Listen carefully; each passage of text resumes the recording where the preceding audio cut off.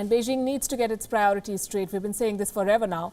It is fighting territorial battles at a time when Chinese companies are getting dumped. PUBG wants to return to the Indian market. And for this, it is breaking up with its Chinese partners. After Huawei, Tencent is the next big tech company that is suffering losses, and they only have the Communist Party of China to blame for this state of affairs. Tencent was the publisher of PUBG in India. Now, it has been forced to surrender the rights to this game for the Indian market, which means the original makers of the game will take over the business in India. I'll explain this. PlayerUnknown's Battlegrounds, or PUBG, is actually a South Korean creation. The game was built by a Seoul-based company called PUBG Corporation, earlier known as Geno Games. This company, PUBG Corp, is a subsidiary of video game company Bluehole. Tencent is a Chinese tech giant. It is the second largest shareholder of Bluehole, the parent company of PUBG. That's how a Chinese tech giant got the rights to PUBG, by investing in its South Korean parent. Tencent had launched the game in India, but with Chinese tech companies now getting banned left, right and center, it can no longer be business as usual. So PUBG Corp will now take over from Tencent. It is perhaps the only way the company can bring back the game to India, which is very important for them.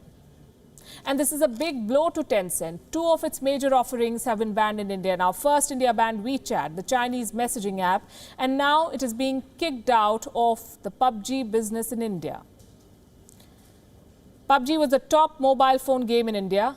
It had the highest number of monthly active users. In the first half of this year alone, the game was downloaded more than 54 million times. 54 million. Reports say it generated $2.2 million as revenue only last month. The game was launched in 2017, and that was just 3 years ago. PUBG has already earned $3 billion overall. That's well over 22,000 crore rupees. India represented 24% of PUBG's lifetime downloads. While the specifics are not known, it won't be wrong to say that a large slice of PUBG's earnings came from India, so Tencent will no longer be able to operate PUBG, the game, in India, which means the game can technically make a comeback. But is it making a comeback? Will India lift the ban on PUBG? It may have dumped Tencent, but Delhi has not lifted the ban yet. The decision to de-link Tencent from PUBG is a way for its owners to get around the ban in India. But the de-linking is limited to India. Tencent is not completely out of the company.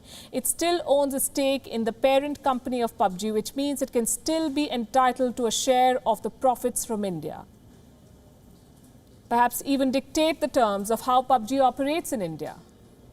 These are the questions that New Delhi would need answers to before it lifts the ban on PUBG, if it lifts the ban.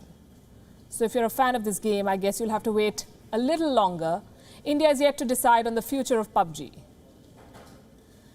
But what has happened with PUBG is a clear message for all Chinese tech companies. Their future looks bleak in India.